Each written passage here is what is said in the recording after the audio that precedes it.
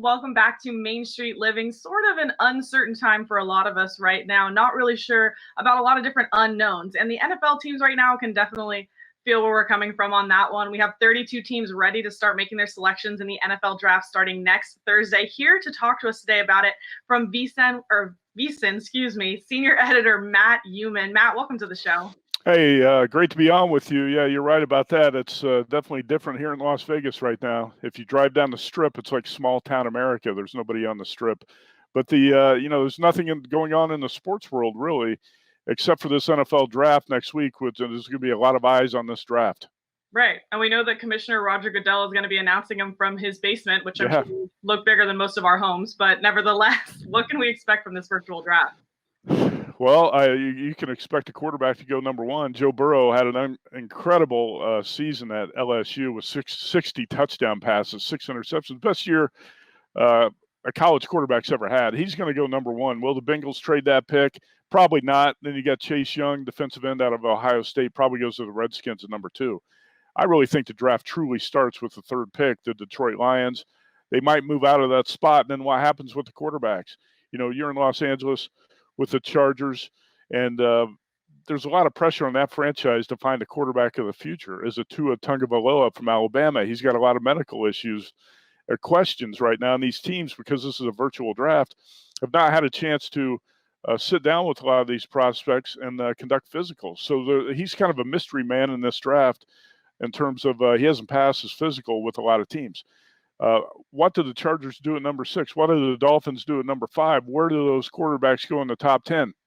Believe it or not, this draft has got so many proposition bets up on it. It's like a mini Super Bowl because it's the only thing going on in the sports world right now. So a lot of people will be glued to their TV sets watching the draft coverage next Thursday and hopefully watching VSiN when we do our live betcast. And, each pick is going to determine a bet. Right. And, there are going to be plenty of bets determined in the first round of the draft next Thursday night. And with sports betting legalized across America from Nevada to New Jersey and all points in between, people will be betting this draft legally. And there's going to be a lot of action on it, a lot of attention on this draft next Thursday night. And I'm looking forward to it because we haven't had much to look forward to recently. Let's be honest. Absolutely. Not a lot to look forward to, but you guys do have a show coming up next Thursday as well. Live 4-hour show. Can you tell us a little bit about what you guys are going to be covering? Yeah, we've done this for championship games. We do it for the NCAA Final Four, for the College National Championship. We do it for big, NFL playoff games. Everything that matters in sports in terms of, a title game, we do a live betcast where live betting opportunities pop up during a game. We basically do the game in play-by-play commentating format, but from a sports betting perspective, when you talk about what you can bet during the game, how the bets are unfolding, as the action takes place.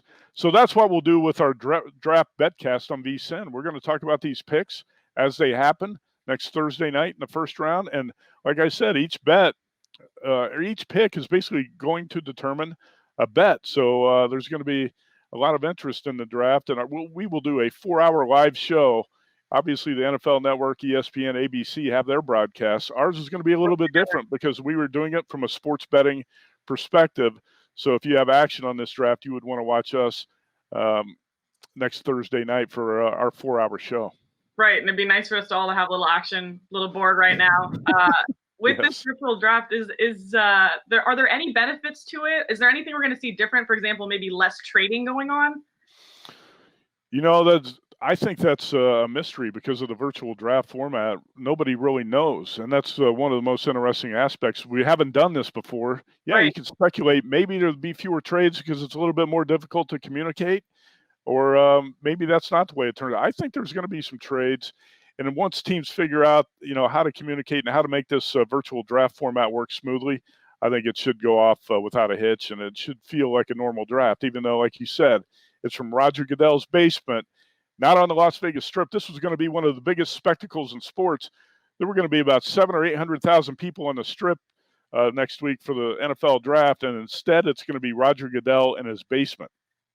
Well, I think we've all wanted to see Roger Goodell's basement, so it's about time. It's good news. Thank you. We really appreciate all your insight. We hope to see you on your show next week on Thursday, Matt. We appreciate your time. Thank you for coming on the show.